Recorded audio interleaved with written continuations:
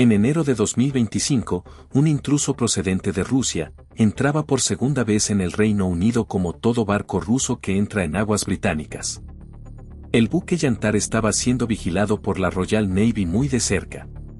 Ese mismo buque ya había sido detectado en esas aguas en noviembre de 2024 según las autoridades británicas recopilando información y cartografiado infraestructuras submarinas del Reino Unido. Royal Navy submarine, strictly as a deterrent measure, to surface close to Yantar to make clear that we had been covertly monitoring its every move. The ship then left UK waters without further loitering. El ministro británico tuvo palabras muy claras: quiero que el presidente Putin escuche este mensaje. Te estamos viendo. Sabemos lo que estás haciendo y con nuestros aliados de la OTAN, estamos reforzando nuestra respuesta para asegurarnos de que las embarcaciones o aviones rusos no operen en secreto cerca del Reino Unido o en el territorio de la OTAN. El Yantar es solo uno de los cientos de buques de la flota fantasma rusa que cruzan los mares del norte de Europa. Desde la invasión rusa de Ucrania, en 2022, se suceden los indicios de que esos buques, muchos de ellos petroleros, tienen una misión doble: ponen rumbo hacia puertos o hacia otros barcos que pese a las sanciones internacionales, aceptan su carga, obteniendo así para Rusia fondos destinados a la guerra. También hay pruebas de que mientras se dirigen a esos puntos de entrega, esos barcos escrutan las infraestructuras submarinas europeas, según informaciones del canal danés de RTV. Analistas escandinavos están convencidos de que cientos de barcos rusos, no solo cargueros y embarcaciones militares sino también embarcaciones civiles, inspeccionan las aguas del norte de Europa para enviar luego los datos recabados al Ministerio Ruso de Defensa. Es así como Rusia estaría fijando objetivos para acciones posteriores de sabotaje. Lo que ayer nos parecía política ficción o geopolítica ficción, es hoy una realidad. Atacar cables submarinos, atacar estaciones eléctricas o simplemente para dejar una base en Polonia sin electricidad. Cosas que hace unos años parecía una fantasía, algo increíble, ahora son una realidad. Después de haber vivido tantos años de paz y de tranquilidad, nos hemos olvidado que el mundo no es tan pacífico como nos deseamos y que sí que hay que estar preparados, es un parte de vida, hay que estar preparados para defender tu propio país, tu propio hogar, tu propia ciudad o población. Yo creo que eso es la cultura que deberíamos crear. Es una cultura más desarrollada en los países bálticos o en los escandinavos, que son más conscientes del riesgo que implica su cercanía a Rusia. Escandinavos y noreuropeos, estoy pensando especialmente en Estonia, Lituania, Letonia y Polonia, son muy conscientes de las amenazas que tienen porque son vecinos de Rusia, tienen una vacuna que países como Portugal, España, Italia no tenemos puesta porque no tenemos vecindad y nuestros anticuerpos no están preparados para entender los movimientos de agentes extraños en nuestro territorio. Finlandia está mejor preparada, con los 1.340 kilómetros de frontera que comparte con Rusia. Los finlandeses llevan ventaja al resto de sus socios europeos a la hora de detectar actividades encubiertas de su vecino. Cuando el cable eléctrico submarino Sling 2 que comunica Finlandia y Estonia y otros 4 cables de telecomunicaciones fueron dañados el 25 de diciembre de 2024. Solo un día después la policía finlandesa detectó en sus aguas territoriales movimientos extraños del petrolero Igeles. Su tripulación es sospechosa de haber echado su ancla al mar, arrastrándola de forma deliberada por el fondo marino durante decenas de kilómetros, destrozando los cables. El Igeles fue llevado a Porvoo al este de Helsinki, y a 9 de sus tripulantes se les ha prohibido abandonar Finlandia hasta que se esclarezca su presunta participación en la maniobra de arrastre del ancla, así como su intento de eludir desde la Unión Europea las sanciones occidentales contra las exportaciones de petróleo ruso. A todo esto se suma que un mes más tarde de su detención, un tribunal finlandés ordenó el embargo preventivo del Igeles para salvaguardar el derecho a indemnizaciones de las compañías dueñas de los cables dañados, entre ellas las operadoras eléctricas de Finlandia y Estonia. Estas empresas consideran que la naviera Duba Carabela, propietaria del Igelés, es responsable de los destrozos y debe pagar por ellos. Mientras la justicia finlandesa investiga sus responsabilidades, el secretario general de la OTAN da a entender que lo mismo puede suceder a otros navieros y capitanes de la flota fantasma rusa. Captains must understand that potential threats to our infrastructure will have consequences, including possible boarding, impounding and arrest. And while such law enforcement roles are for national authorities, we are best served when there is complementarity between NATO's efforts to detect threats and deter aggression and national efforts to enforce the law. Pero explicar a los operadores de la flota fantasma a lo que se exponen no será el único método de la OTAN para impedir el sabotaje. Además, la alianza ha puesto en marcha la misión Centinela del Báltico, bajo el mando del comandante supremo y aliado de la OTAN, el estadounidense Christopher Cavoli. Esa misión involucrará fragatas y aviones de patrulla marítima, además de drones navales para incrementar la vigilancia y con ella la disuasión.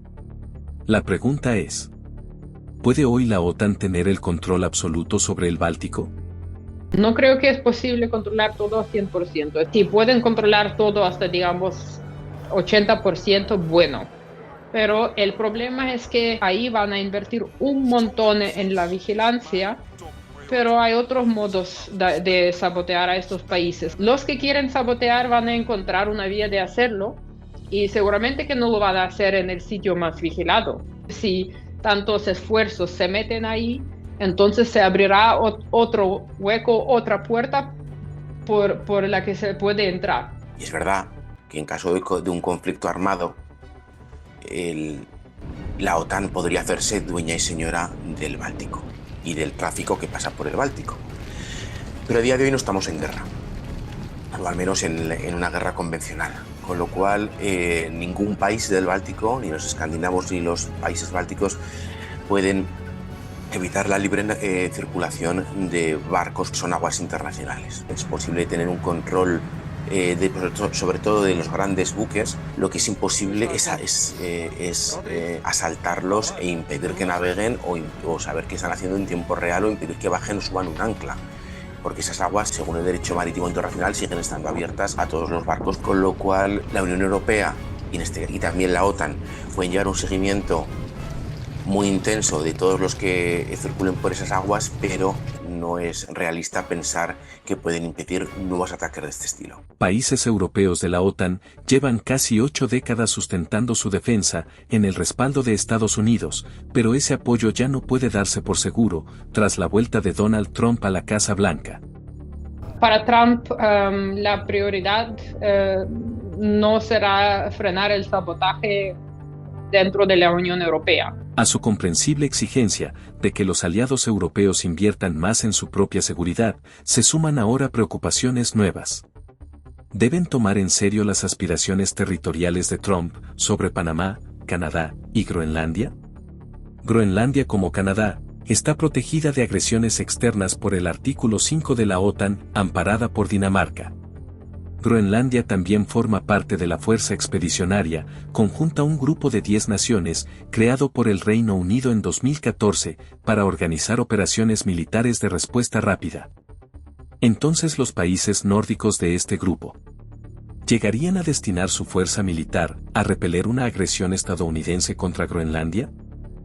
Eso podría acabar con la OTAN como una estructura. Si hubiese tal conflicto, si hubiese un enfrentamiento militar entre los Estados Unidos y los países de Joint Expeditionary Force. Pero Europa Occidental funciona de tal manera que no puede prescindir del apoyo estadounidense.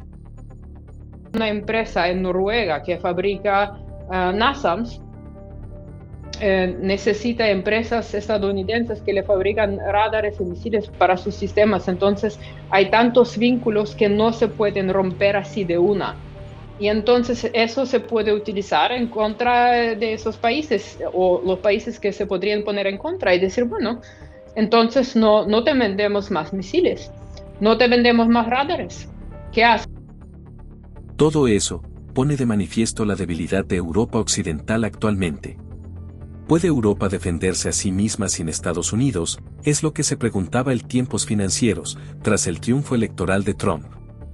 Este diario aporta datos del Instituto Internacional de Estudios Estratégicos que ponen en duda las capacidades europeas. Según este instituto británico, especializado en análisis militares, los aviones de carga C-17 que Estados Unidos aporta a la OTAN son insustituibles. Cada uno cuesta $340 millones y puede transportar 75 toneladas de equipo a distancias de casi 4.500 kilómetros y sin repostar. También se consideran irreemplazables los 500 cazas estadounidenses F-35 que Europa Occidental espera recibir en la próxima década, es decir, Europa Occidental necesita Estados Unidos. Y Donald Trump lo sabe. Él sí que podrá dictar, digamos, sus deseos a los europeos y ver cómo responden. Dependemos de los Estados Unidos y para crear, digamos, nuestra propia cultura de defensa, eso tardaría décadas. Eso no se hace en un año, en 2 años, en 3 años. En ese tiempo, Europa seguirá sometida a ataques híbridos, más allá del sabotaje. Hybrid means sometimes even assassination attempts, and in this case, it means hitting on our critical undersea infrastructure. That the alliance will not accept that, and that we will do everything in our power to make sure that we fight back, that we are able to see what is happening, and then take the next steps to make sure that it doesn't happen again. And our adversaries should know this. Lo que ha quedado demostrado prácticamente desde 2014 es que la voluntad de los agentes que trabajan para los intereses del Kremlin es seguir atacando y causando daño a las infraestructuras de energía y de comunicaciones de la Unión Europea. Estos últimos años, sobre todo después de la anexión de Crimea, hemos visto ataques contra sistemas bancarios. Hemos visto ataques contra sistemas sanitarios. Hemos visto ataques contra infraestructuras energéticas e infraestructuras de telecomunicaciones. Hemos visto ataques de toda índole, de lo que se ha venido a denominar como guerra híbrida. El impacto de todos ellos ha sido más bien psicológico. Pero esa guerra psicológica puede ser más efectiva que la agresión militar. ¿Cómo se puede controlar la población? Con miedo. Es lo más fácil. Si la gente tiene miedo. Y yo creo que esto es también uno de los objetivos de nuestros adversarios, que la población no puede vivir tranquilamente, aunque no haya ataques. Modificar la opinión política, que es una herramienta mucho más fuerte que las fuerzas militares.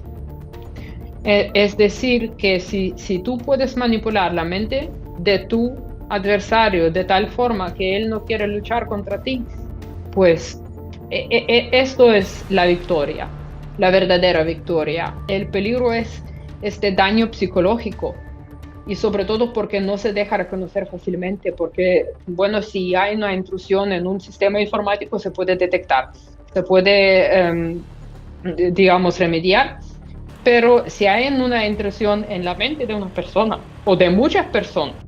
Con esa estrategia, el Kremlin ha logrado que los partidos políticos favorables al discurso de Vladimir Putin y contrarios al apoyo a Ucrania hayan cobrado más protagonismo y ganado más poder en Europa Occidental. Entonces, mientras Putin esté al mando, esa apuesta, esa verborrea militarista, esa apuesta por el imperio ruso seguirá. Una posición fuerte europea y de la OTAN es lo único que Putin parece poder entender. Que una acción tendrá una reacción y que cualquier acción militar contra intereses occidentales tendrá un altísimo coste. Hasta ahora parece ser el único lenguaje que Putin pueda entender. Eso mismo ya nos lo recordaba, poco después del inicio de la invasión de Ucrania, el profesor de inteligencia militar Martti Johannes-Kari, un finlandés que tenía mucha experiencia frente a Rusia. The part of the Russian strategic culture is the use of force. They believe in the use of force. Lenin said once that try with the bayonet, stick with the bayonet. If it's soft, push more, and if it's hard, go away. Y esa resistencia no puede ser solo militar. Esta guerra híbrida es una guerra de desgaste, es un desgaste psicológico. Es una guerra de distracción, es una guerra para poder controlar el espacio informativo del adversario y para no dejar al adversario que controle el tuyo. Es muy importante y eso se puede entender tanto en tiempos de paz como en tiempos de guerra. Ante las importantes lagunas defensivas e informativas en Europa Occidental, el secretario de la OTAN asegura que todavía estamos a tiempo para evitar que los ataques híbridos se conviertan en ataques militares. Él insiste en que la clave de nuestra seguridad está en el respaldo a Ucrania. But if Ukraine would lose this, we are in real big difficulty in the whole of NATO. And we have to spend more on defense, but then you're really not talking about 3, 4, or 5%. You are talking about billions, you would talk about trillions to restore our deterrence. So we have to make sure that Ukraine